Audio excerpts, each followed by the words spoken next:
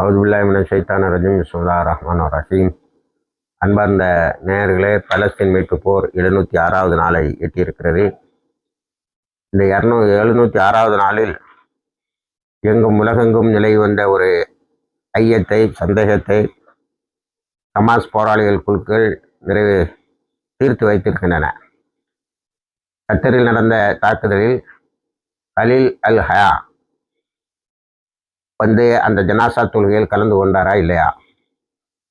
அவர் கலந்து கொள்ளவில்லை, அதனாலே அவர் இறந்து விட்டார் என்று சில பிணந்தண்ணி கழுகுகள் ஊகித்து கொண்டிருந்த நேரத்தில் அவர்தான் அவருடைய மகனுடைய ஜனாசா தொழுகையை நடத்தினார். அவருடைய மகன் மற்றும் இன்னும் 5 பேருடைய ஜனாசா தொழுகையை நடத்தினார். ஒரு எக்ஸ்ட்ராடினரி செக்யூரிட்டி அரேஞ்ச்மெண்ட் பண்ணியிருந்தோம் அப்படின்னு சொல்கிறாங்க. அந்த செக்யூரிட்டி அரேஞ்ச்மெண்ட் பெரும்பாலும் அவர்தான் நடத்துகிறார் என்பதை தெரியாமல் இருப்பதற்காக இருக்கு. ஏனென்று சொன்னால், இஸ்ரேலில் இருக்கின்ற ஜியோனிஸ்ட், அதாவது பாசிஸ்டை விட பயங்கரமான இன்டர்நேஷனல் கிரிமினல் ஆட்சியாளனாக இருக்கிறான். அவன் இது ஜனாசா தொழுகை, இறுதி ஊர்வலம் என்றெல்லாம் பார்க்க மாட்டான்.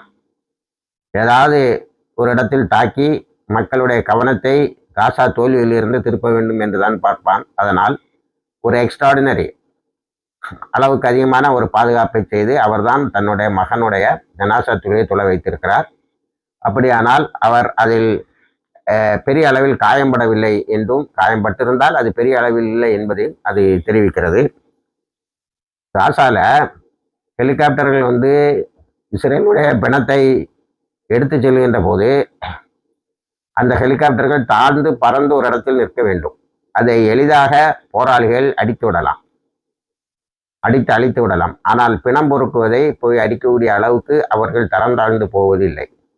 ஆனால் அதே பிணத்தை பொறுக்க வருகிறோம் என்ற அளவில் ரீஇன்ஃபோர்ஸ்மெண்ட்ஸ் என்று சொல்லக்கூடிய மறுபடைகளை கொண்டு வந்தால் அதை தாக்கி இருக்கிறார்கள். இவன் நத்தியானுகு அதை கூட பார்க்க மாட்டான். ஒரு ஃபியூனரல் தான் நடக்கிறது, ஒரு இறுதி சடங்கு அல்லது ஜனாசா தொழுகை தான் நடக்கிறது என்று கூட பார்க்க மாட்டான்.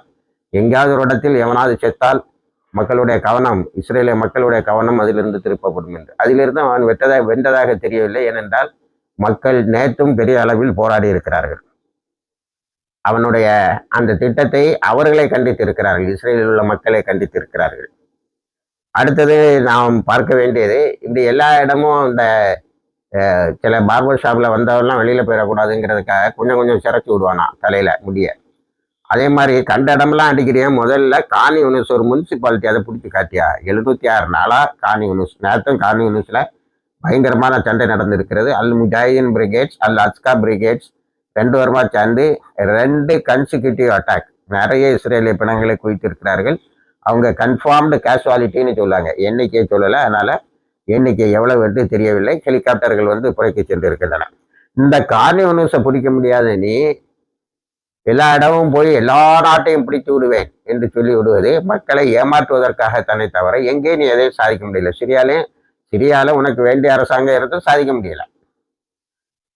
அதே போல லெபனான்ல அங்கே இருக்கக்கூடிய படை ஒன்று முடிந்த அளவுக்கு தடுத்து கொண்டு இருக்கிறது. ஹிஸ்புல்லா இறங்கியிருந்தா இந்நேரம் கதையை முடிந்திருக்கும். அதனால எங்கேயும் வெற்றி பெறாத ஒரு தெளிவற்ற யுக்தி. இதுல நேற்று சபா நியூஸும் பாலஸ்தீன் கிரானிக்கலும் ஒரு செய்தியை தெளிவாக காட்டுகின்றன. அது என்னவென்று சொன்னால், இஸ்ரேல் சமீர் உட்பட செக்யூரிட்டி சீஃப்ஸ், இஸ்ரேலுடைய பாதுகாப்பில் ஈடுபட்டு இருக்கக்கூடிய எல்லா அதிகாரிகளும் காசா யுத்தத்தில் ஜெயிக்க முடியாது என்பதை தெளிவாக சொல்லி இருக்கிறார்கள். அது இருந்தாலும் அவ்வளவு நாள் இழுத்தாலும் the objectives cannot be achieved. அது ஒன்னாச்சா, நம்மளுடைய லட்சியம் வெற்றி பெறாது. நம்பர் 1. நம்பர் 2, ஹாஸ்டேஜஸ் என்று அழைத்து செல்லப்பட்டவர்கள் கொலை செய்யப்படதான் வாய்ப்பு இருக்கிறது. நம்ம போடுற குண்டு நம்ம எங்க போடுறோம்னு தெரியாம, கொஞ்சம் பில்டிங் வைத்திருந்தா அதுல குண்டு, அப்பாய்கள் நிறைய தெரிஞ்சா அதுல குண்டு, எல்லாமே எங்க எதிரி எங்க அழிச்சான். 706 நாளா தண்ணி உணவு எதுவும் இல்லாமல் என்று சட்டப்பட்டு இருக்காரு. இது இந்த காசாவை முடியடான்னு சொன்னா அவர் கத்தருக்கு போவாராம், சிரியாவுக்கு போவாராம், லெபனானுக்கு போவாராம். ஏன் திடீர்னு யாராவது ஒரு ஆளை கொண்டு ஒரு செய்தியை போட்டு மக்களுடைய கவனத்தை திருப்புவதற்கு. ஆகவே கானூன் சொல்லி நேற்று அடி வாங்கியிருக்க. அடுத்தது ரஃபால நேற்று சரியா வச்சு காய்ச்சிருக்காங்க. 2 ஆம்புஷ் நடந்திருக்கு ரஃபால. அதில் 2 கவர்டு ஆர்மர், அதாவது அவன் ஃபுல்லாக கவர் பண்ண வெஹிக்கிளை தான் அனுப்புகிறான். இராணுவ ஊர்தியெல்லாம் 100% கவர்டாக இருக்கும், எதுவுமே தெரியாது. அங்கங்கே சின்ன கண்ணாடி இருக்கு, அவ்வளோதான். அதுக்குள்ள அதையே தாக்கியிருக்காங்க, எக்ஸ்ப்ளோசிவ்ஸ் வச்சு தாக்கியிருக்கார்கள். அடுத்தது 142 நாடுகள் நேற்று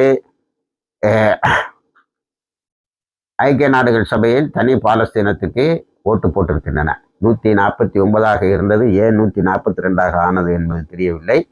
ஆனால் தனி பாலஸ்தீனம் ஐக்கிய நாடுகள் சபையில் பேப்பரில் வந்துட்டு, ஐக்கிய நாடு சபைக்கு அதனுடைய முடிவுகளை செயல்படுத்த முடியாமல் இருக்கிறது. ஆகவே பெரும்பாலும் காசா யுத்தம் முடியும் போது ஐக்கிய நாடுகள் சபைக்கு மாற்றாக ஒரு சபை வரும் என்பதுதான் எதிர்பார்ப்பு. இல்லையேல் ஐக்கிய நாடுகள் சபைக்கு ஒரு பலமான இராணுவத்தை உருவாக்க வேண்டும் என்ற முடிவோடு அது நிற்கும். ஏன்னா எந்த முடிவையும் செயல்படுத்த முடியல. ஐசிசியால் டிக்ளேர்டு கிரிமினல் உலகம் முழுவதும் போயிட்டு வந்துகிட்டு இருக்கான்.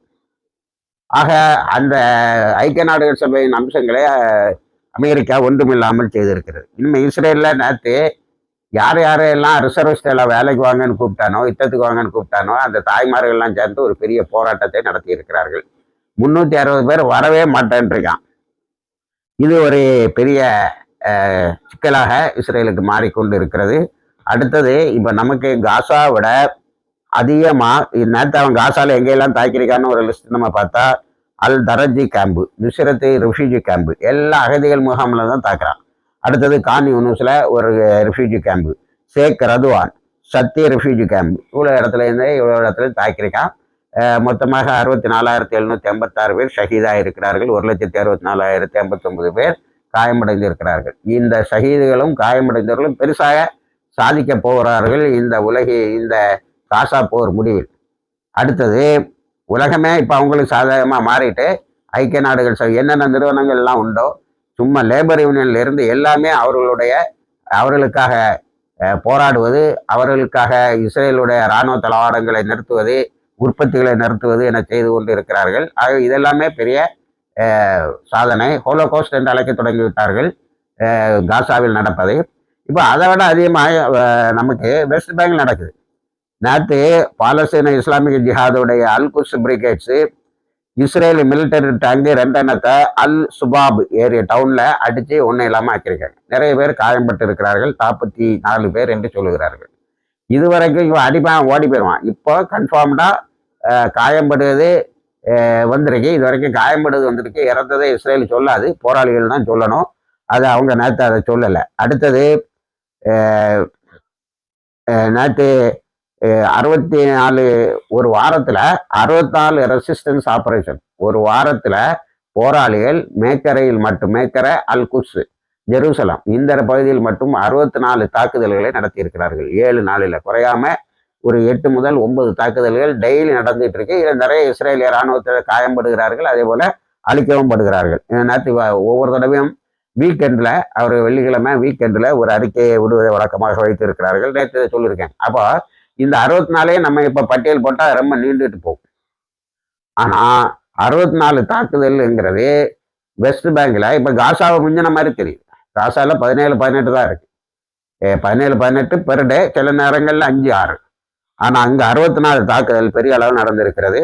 டூபாஸ் ஏரியாவில் நேற்று ஒரு பெரிய ஆம்புஷ் நடந்திருக்கு.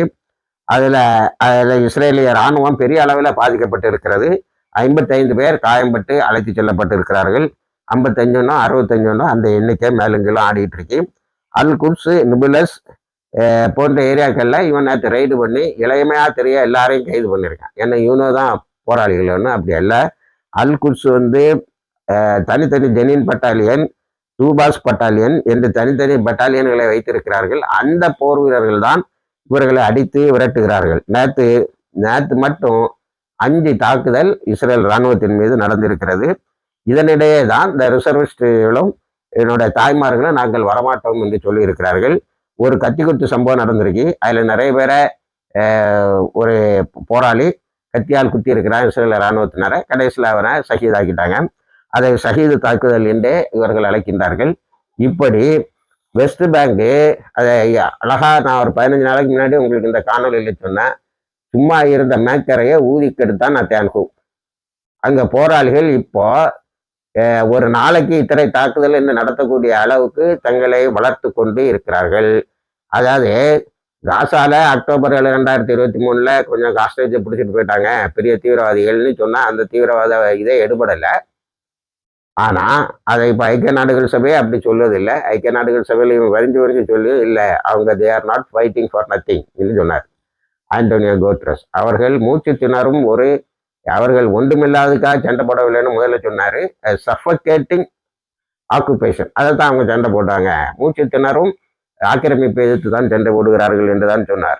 ஆக இவர்கள் இப்போ மேற்கரையை அங்க காரணம் இல்லாம மேற்கரையை தாக்க ஆரம்பிச்சு மேற்கரையை இவன் அரெஸ்ட் பண்ணிடுவானா, இவன் எடுத்துக்கிடுவானா, அல் குர்ஸையும் எடுத்துக்குவானா. அதனால பாலஸ்தீன ஸ்டேட் வந்து தனி இண்டிபெண்டன்ட் ஸ்டேட் பேப்பர்ல தான் இருக்கு, நாட்டு நடப்பு ஆகாது என்று எதிர்பார்க்கிறான். ஆனால் அதை போராளிகள் வெற்றி பெற்று நிலைநிறுத்தி விடுவார்கள். காரணம், ஐக்கிய நாடுகள் சபைக்கு சபையின் அங்கீகாரம் இருக்குமே தவிர அதனால் அதனுடைய தீர்மானத்தை நிலைநிறுத்துகின்ற ஒரு இயந்திரம், நிர்வாக இயந்திரம் அல்லது ஒரு படை அதனிடம் கிடையாது. அடுத்தது ஹூத்திஸ், நாங்கள் என்னதான் வந்தாலும் போராளிகள் பக்கத்தில் நிற்பதை, காசா மக்களுக்காக சண்டையிடுவதை நிறுத்த மாட்டோம் என்று சொல்லியிருக்கிறார்கள். எங்கள் மீது உள்ள ஆக்கிரமிப்புகளை பற்றி நாங்கள் கவலைப்படுவதில்லை என்று சொல்ல நேற்று 10 லட்சம் பேர் கூடியிருக்காங்க ஆதரவு தெரிவித்து போராளிகளுக்கு.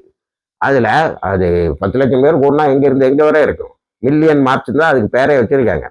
அதுல பாலஸ்தீன கொடி இங்கிருந்து அங்க வர ஒரு நிலப்பரப்பையே அது ஆக்கிரமித்து விட்டது போல் அமைந்திருக்கிறது. நேற்று 4 தாக்குதல், அந்த அணு உலை இருக்கக்கூடிய இடத்துல 2 தாக்குதல்.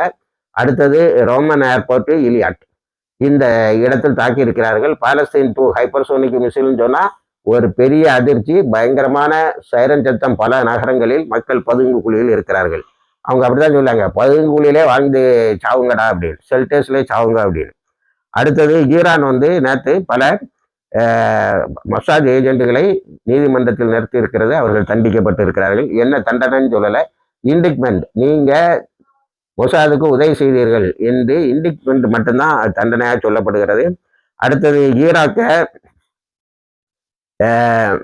ஈராக்குக்கு உதவி செய்வதற்கு, எல்லா விதத்திலும் உதவி செய்வதற்கு, இராணுவ ரீதியாகவும் பண ரீதியாகவும் பொருளாதார ரீதியாகவும் உதவி செய்யறதுக்கு சைனா வருது. இப்போ எப்படின்னா, அமெரிக்கா ஒரு block, China, Russia, Iran, Korea இவங்கெல்லாம் ஒரு பிளாக். அதில் இந்தியாவும் அடிக்கடி தலையை போட்டுக்கிடுது. ஆனால் ட்ரம்ப் நம்பிக்கைக்குரிய ஆள் இல்லை என்பது இந்தியாவை தவிர மீதி உலகத்தில் உள்ள எல்லோரும் முடிவு செய்து விட்டார்கள். ஆக இந்த சைனா வந்து இப்போ ஈராக்கை பலப்படுத்துது. எதுக்கு? ஈராக்கில் இருந்து ஈஸியாக தாக்கலாம் இஸ்ரேலை. அப்போ அதை பொருளாதார ரீதியாகவும் மற்ற ரீதியாகவும் தயார்படுத்துகிறது. லார்ஜானி, அதாவது ஈரானுடைய செக்யூரிட்டி கவுன்சில் சிறப்பு அதிகாரி லார்ஜானி வந்து, நீங்கள் ஆயுதத்தை கீழே வைக்க சொன்னால் கீழே வைக்கக்கூடாது, ஏற்று சண்டையிட வேண்டும் என்று சொல்லிவிட்ட பிறகு அவங்களும் உறுதியாக நின்றுட்டாங்க. இப்போ லெபனானும் உறுதியாக நின்றுட்டு, ஹிஸ்புல்லா வந்து அது தாக்குதலை தொடங்கும். இப்போ நேற்று சிரியாவில் தாக்குதலாக சொல்கிறாங்க. அதை துலானி நீங்கள் தான் தாக்கியிருக்கீங்க இஸ்ரேலிய படைகளைன்னு சொல்கிறாங்க, நாங்கள் தாக்கலைன்னு சொல்லியிருக்காங்க. இப்படி ஒரு வாக்குவாதம் நடந்துகிட்டு இருக்கு. ஆனால் தாக்குதல் நடத்தி சிரியாவில் இஸ்ரேலிய படைகள் அடி வாங்கிட்டு இருக்குது. அதனால சிரியாவையும் போய் அங்கேயும் போய் மொட்டை அடித்தேன், இங்கேயும் போய் மொட்டை அடித்தேன், இங்கேயும் போய் மொட்டை அடித்தேன், அங்கேயும் கொஞ்சம் முடிய வெட்டினேன், இங்கேயும் கொஞ்சம் முடிய வெட்டினாங்கிறது எடுபடவில்லை என்பது அதிலிருந்து தெரிகிறது. அடுத்தது, ட்ரம்ப்போடைய டேரிஃபு நம்மளை மட்டும் பாதிக்கலை. அமெரிக்காலே 10 லட்சம் பேர் பட்டினியை நோக்கி போய்கொண்டு இருக்கிறார்கள். அந்த மக்கள் போராட தொடங்கி இருக்கிறார்கள். அவனுக்கு இந்த நிர்வாகத்தில் இருந்துட்டு என்ன செய்யறேன்னே தெரியல. இந்தியாவுக்கு 25% 50% ஆக்கிட்டு EU கம்யூனிஸ்ட்டை, அதாவது யூரோப்பியன் யூனியன் நாடுகள்கிட்ட நீ 100% போடுன்னு சொல்லியிருக்கான். இதுதான் ட்ரம்பை நம்புறவர்களுக்கு கிடைக்கிறது. இணைந்திருங்கள், எல்லா தகவலையும் தருகிறோம். வாய்ஸ் தவானா